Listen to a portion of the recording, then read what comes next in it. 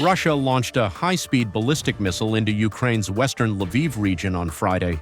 Officials say the missile, part of the new Oreshnik system, was nuclear-capable but carried no warhead, signaling a psychological demonstration rather than an immediate kinetic strike. According to Moscow, the launch was in retaliation for an alleged attack on President Vladimir Putin's residence in Valdai, a claim Kyiv strongly denies. While the physical damage was limited, the implications of deploying a strategic-class missile near NATO territory have sent shockwaves across Europe and the West. Ukrainian authorities reported destruction, experts warn. The strike sends a chilling message. Monitoring data shows the projectile traveled at extreme velocity, Mach 10+, capable of reaching much of Europe within minutes. Analysts say that even without a warhead, this is a dangerous escalation, demonstrating Russia's willingness to flex its nuclear-capable arsenal. Dear Ukrainians, men and women, restoration work is currently underway in our cities, our communities, in Kyiv and the region, in Dnipropetrovsk region, in Lviv region, in Kirovorad, Cherkasy, and Odessa regions. Repair crews are working almost constantly in Sumy region, Chernihiv region, and Kharkiv region. All available resources are being used to restore essential services. The Russians are taking advantage of the weather, the cold, and are trying to strike to hit as many of our energy facilities as possible. You can see how much they respect America and all diplomacy. Last night, there were more than 200 Russian drones and also a significant number of ballistic missiles, mostly targeting Kyiv. 4 people were killed. My condolences to their families. Nearly 30 people were injured. Before that, there were strikes on Dnipro, Kryvyi Rih, and Zaporizhia. Before that, it was Odessa. The choice of Lviv, far from front lines but near NATO countries, underscores that the strike was as much about intimidation and psychological pressure as it was about military objectives. Ukrainian and Western officials are now scrutinizing Russia's strategic intentions and the message being sent to both Kyiv and the international community. There are 2 positions in Romania and in Poland, and there are 24 anti-missiles deployed there. I think they're called Standard 3. In Romania, it's the 1B modification with a 300-kilometer range, and it can intercept missiles at 80 to 250 kilometers of altitude. In Poland, there is a newer modification. It can intercept as far as 1,000 kilometers and at the altitude of up to 500 kilometers, whereas Oreshnik is an intermediate range missile, and it's 1,000 up to 5,500 kilometers. That's the range of Oreshnik. Now, just imagine, our system is deployed 2,000 kilometers away.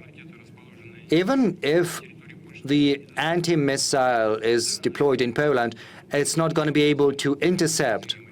They say that the missile is very vulnerable at the launching stage, but they won't be able to intercept those missiles so far.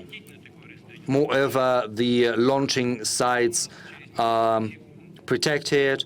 Moreover, it takes time for the anti-missile to get to the missile, but it takes several seconds, and then it's too late to catch or to intercept it. So there is, before the separation, so there is no chance that the missile is going to be brought down by the anti-missiles. The Oreshnik missile system, reported to have entered service in 2025, is a new intermediate-range ballistic missile capable of carrying conventional or nuclear warheads. With a range of up to 5,000 kilometers and speeds exceeding Mach 10, it can strike targets across Ukraine, much of Europe, and NATO bases within minutes. Beyond Ukraine, Oreshnik missiles have been deployed to Belarus, putting several European capitals within striking distance and escalating NATO concerns.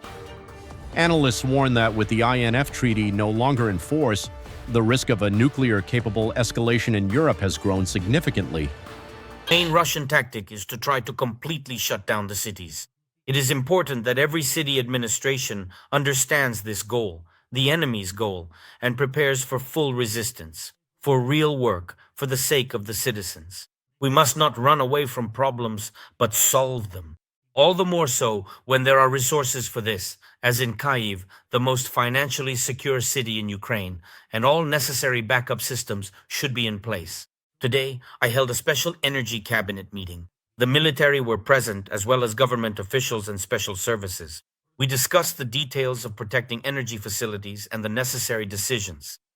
Diplomats must be as active as possible, both through the Ministry of Foreign Affairs and informal diplomacy. There was another Orsha attack, this time against Lviv region.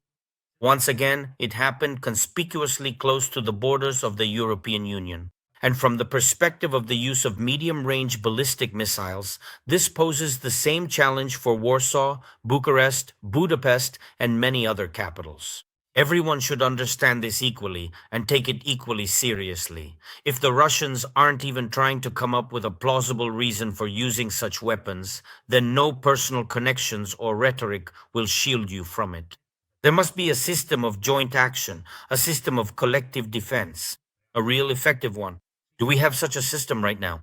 That's a question without an answer, because everyone in Europe has the same doubt whether their capital will be defended if Putin suddenly gets something into his head. Today there was a detailed report from the military.